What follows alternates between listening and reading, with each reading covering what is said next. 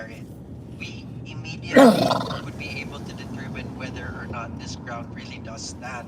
Because as mentioned earlier, there are certain documents which would be critical to this ground, which if they were disclosed, would immediately determine the innocence or the guilt of the parties involved.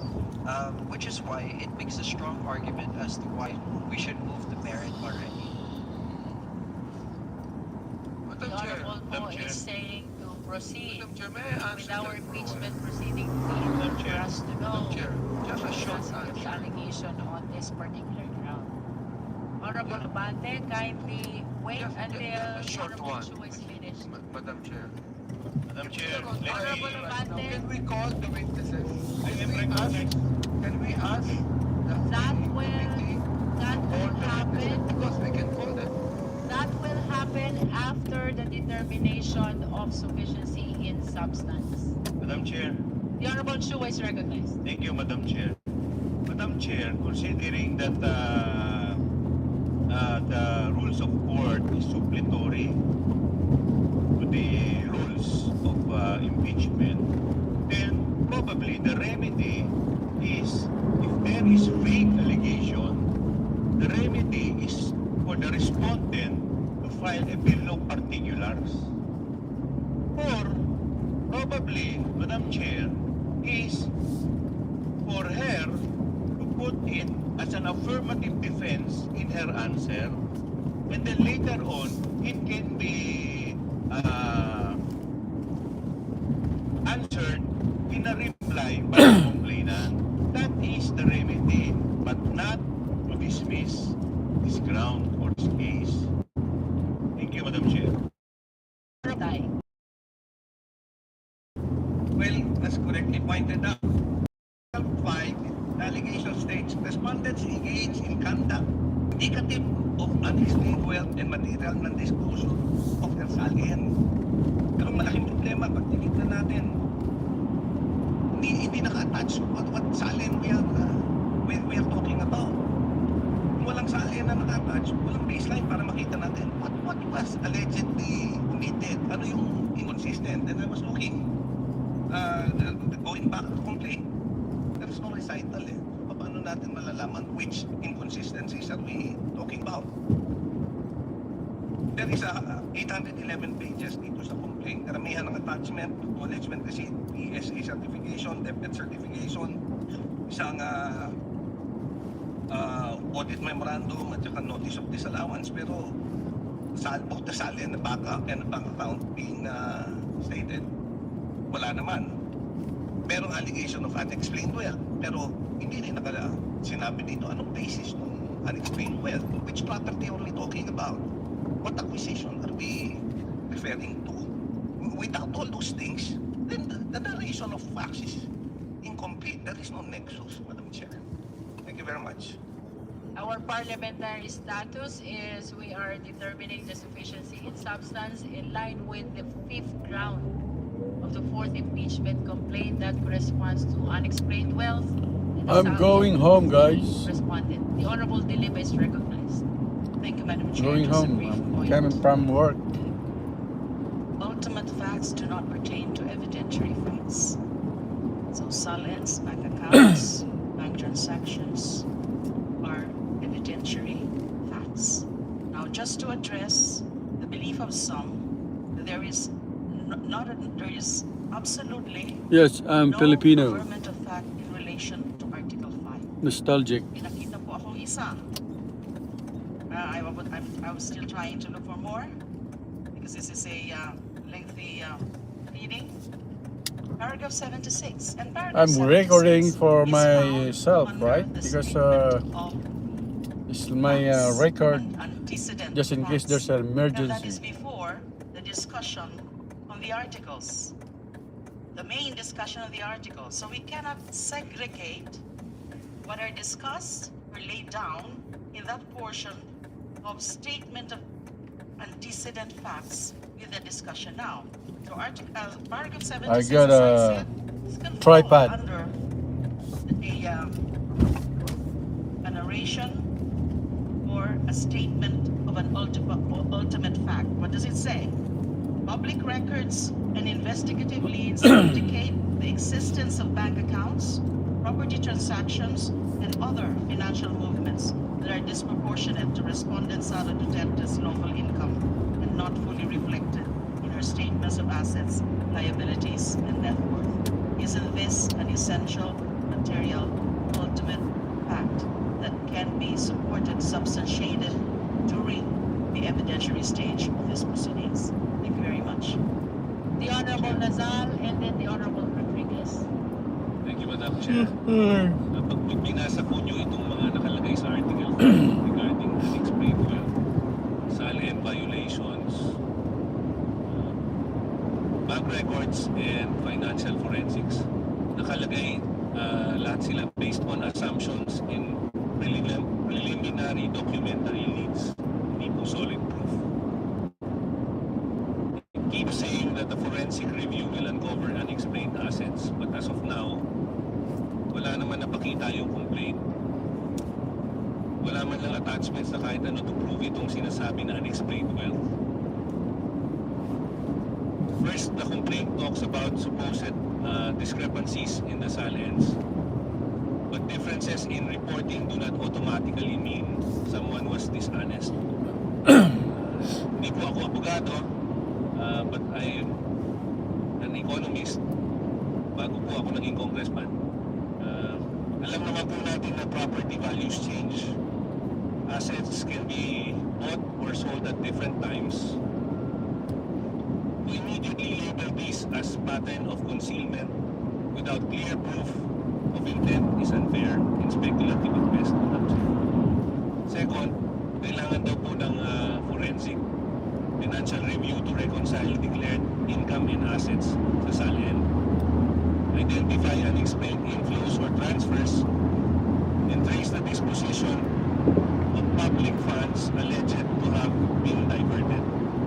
Di ba dapat po trabaho ito ng complainant na mapakita ng ebidensya sa reklamo niya para maging sufficient in substance?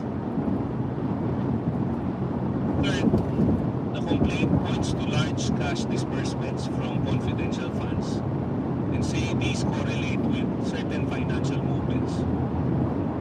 But yung mismong complaint admits in paragraph 237 that correlation is not conclusive. Si Kupal na naman nagsasalita. Suspicion based only on timing does not prove personal gain. So, mag-i-impeach po tayo ng Vice President na binoto ng 32 million na tao na Pilipino dahil lang sa suspensa. The mention of intermediaries, third-party accounts, corporations, or relatives is likewise made to sound suspicious. But many lawful transactions are done through representatives or business entities. These arrangements are common and legal. Dapat man lang may katibayan o pruweba na ginagamit ang mga ito para sa mga illegal na gawain. Wala naman pinakita na kahit anong dokumento sa complaint.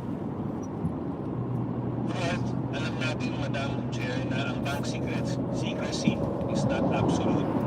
Pero hindi natin ito dapat ma-set aside based on unverified claims. Investigation should be based on real and credible evidence, not on fishing expeditions in the hope of finding something. Most importantly, ang impeachment ay isang seryosong constitutional process. Kaya dapat it should not be based on guesses or on what someone thinks might be discovered later. The burden is on the accusers to prove actual unexplained wealth. The Vice President should not be expected to disprove mere suspicions. At the end of the day, Madam Chair, Article 5 is asking people to assume guilt based on what might be found later, not on what has clearly been proven now. Allegations and suspicions are not the same as evidence. Thank you, Madam Chair. Next is the Honorable Rodriguez. Yes, thank you, Madam Chair. With due respect to our new Deputy Minority Leader, she tried to explain Article 5 is a zero cycle of facts. management wealth, some violation back records, and financial forensics by going to the statement facts. And that's just right. That we can cite that. However, what does paragraph 76 state? Are these recital of facts? I will read, Madam Chair, and it is for all of us to determine whether this is a recital of ultimate facts constituting the offense. It says here, public records and investigative leads indicate existence of bank accounts. What are these public records? What are these investigative leads? You know, Madam Chair, you can see here the fourth impeachment complaint is really a big volume of annexes. There is no annex on this particular, what are the public records? Nothing. What are the investigative leads? There has to be statements. You cannot just say, for example, that there is graft and corruption without also stating the ultimate facts constituting that. You cannot just say, malversation. You cannot do that. There has to be a statement of facts. Now, you say public records. What are these public records? To give us an indication that there's a crime has been committed. That an impeachment offense has been committed. Nothing. And then it says other financial movements. Very vague. Other financial movements. There are a lot of financial movements. In the stock exchange, in the commerce of people.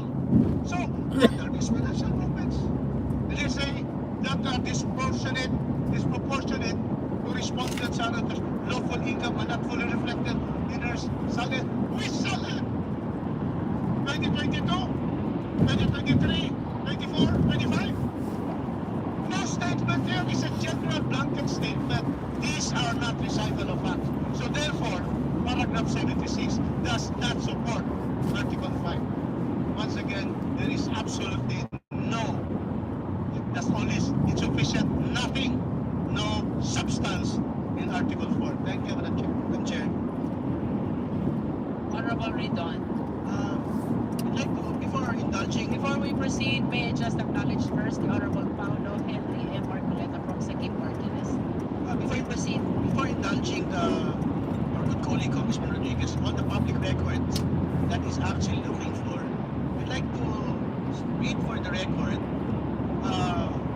the articles of impeachment of the Corona impeachment process in which former Chief Justice Renato Corona was convicted, and SALN was one of its bases. No? It was a very general narration of the facts, and I think this should be the same standard because this has undertaken the entirety of the process of impeachment from the express route towards final conviction at the level of the Senate. So I will read it. Madam Chair,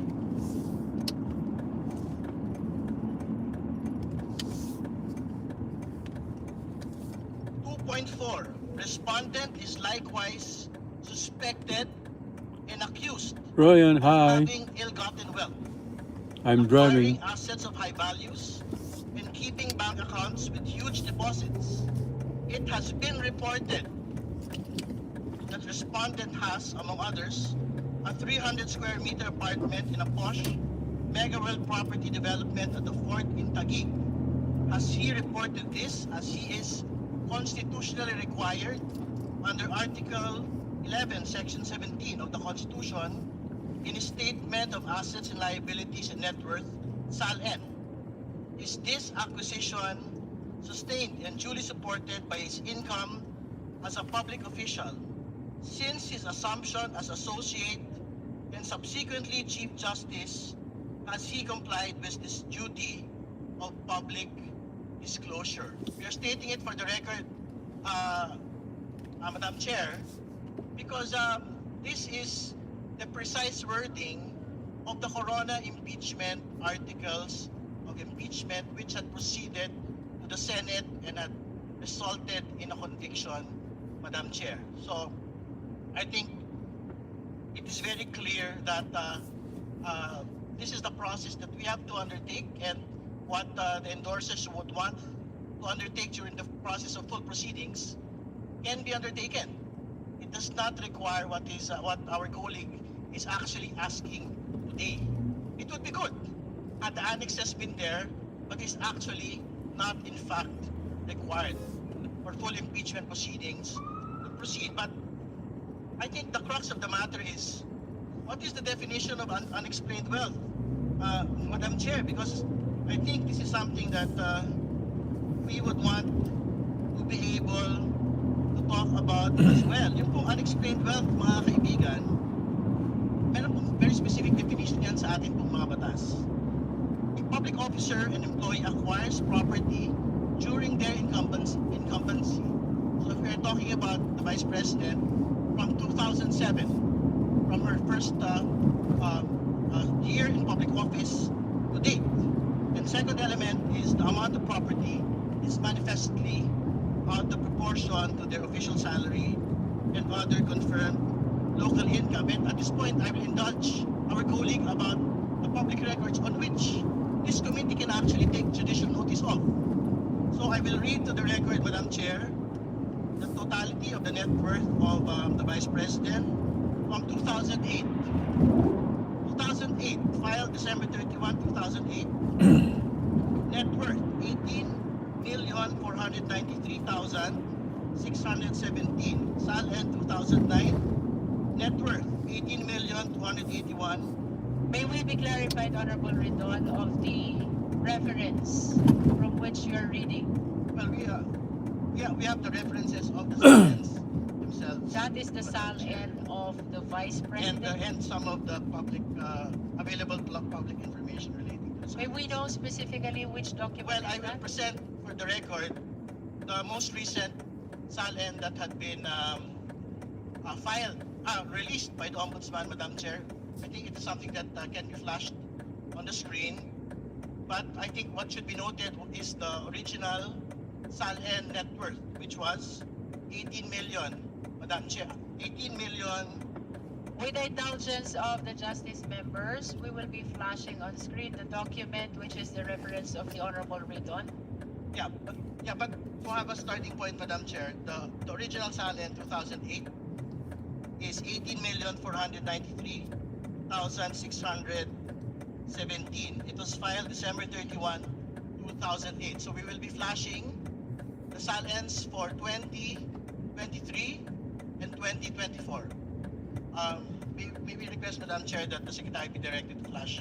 For the record, the SALN from which the Honorable Ridon is first referring to is the 2008 SALN, which provides for an 18 million net worth. And with the indulgence of the members, we will be flashing the 2023 and 2024 SALN. Madam Chair, this is the 2023 SALN. We can proceed to see the totality, the net worth, Madam Chair. 2023, can we go down further, please? A little bit down. Ayan, net worth po. Net worth for 2023. 77,508,841 pesos. This is for 2023, Madam Chair. Can we flash 2024, Secretariat, please? Kindly flash the 2024.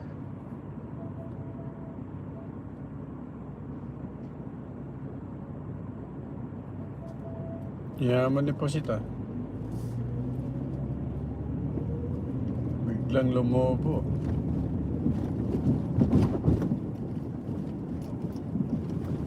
Scroll down first. Okay, yeah, that's correct.